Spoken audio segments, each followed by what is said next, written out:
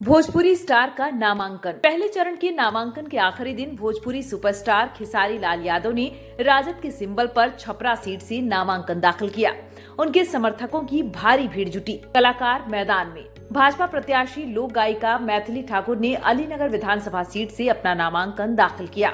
वहीं the Plurals की पुष्पम प्रिया ने भी दरभंगा सीट से पर्चा भरा। बाहुबली की बेटी मैदान में। बाहुबली मुन्ना शुक्ला की बेटी शिवानी शुक्ला ने लालगंज से आरजेडी के टिकट पर नामांकन दाखिल किया।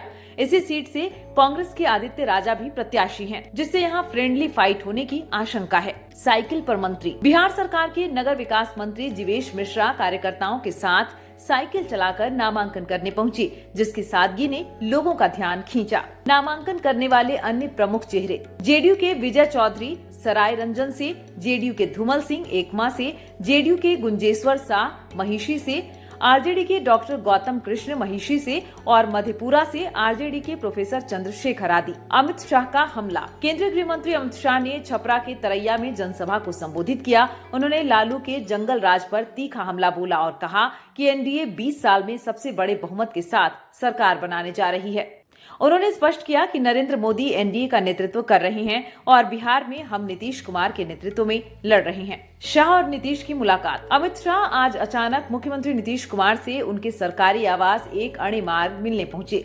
इस अचानक हुई मुलाकात ने सियासी गलियारों में हलचल मचा दी। देवेंद्र फडणवीस की एंट्री। महाराष्ट्र के मुख्यमंत्री देवेंद्र फडणवीस आज बेगूसराय और पटना साहिब में भाजपा उम्मीदवारों के लिए प्रचार कर रहे हैं। उन्होंने कहा कि पीएम मोदी और नीतीश कुमार के नेतृत्व में फिर एक बार बिहार एनडीए के साथ है। सीएम फेस पर तकरार। हम के संरक्षक जीतन राम मांझी ने कहा कि व्यक्तिगत रूप से उनका मानना है कि मुख्यमंत्री पद का नाम चुनाव से पहले स्पष्ट कर दिया जाना चाहिए था। हालांकि उन्होंने अमित शाह के बयान को आधिकारिक माना। वहीं केंद्रीय मंत्री ललन सिंह ने कहा कि गृह मंत्री के बयान को गलत तरीके से पेश किया जा रहा है और मुख्यमंत्री कौन होगा यह एनडीए विधायक दल तय करेगा। बीजेपी का दावा। भाजपा सांसद रवि किशन ने कहा कि विकास ही हमारी पहचान है, जबकि राष्ट्रीय प्रवक्ता गुरु प्रकाश पासवान ने कहा आप निश्चिंत रहिए, नीतीश कुमार हमारे नेता हैं। सीट बंटवारे में देरी। भाकपा लिबरेशन के महासचिव दीपांकर भट्टाचार्य ने कहा कि इंडिया ब्लॉक में सीट बंटवारे में अत्यधिक देरी गठबंधन के आकार में वृद्धि के कारण हुई है, न कि उसके टूटने के संकेत के कारण। तेज हुई तकरार। लालगंज सीट पर आरजेडी की शिवानी शुक्ला और कांग्रेस के आदित्य राजा के नामांकन से महागठबंधन की आंतरिक राजनीति जटिल हो गई है, जिससे यहां फ्रेंडली फाइट की स्थिति बनी है। बीजेपी का तंज। भाजपा सांसद मनोज तिवारी ने महागठबंधन पर निशाना साधते हुए कहा कि वहां आपस में दिल भी नहीं मिले हैं और वह महागठबंधन नहीं बल्कि महालठबंधन है। मुकेश सहनी का ऐलान। वीआईपी प्रमुख मुकेश सहनी ने घोषणा की कि वह विधानसभा चुनाव नहीं लड़ेंगे, लेकिन सभी 243 सीटों पर प्रचार करेंगे।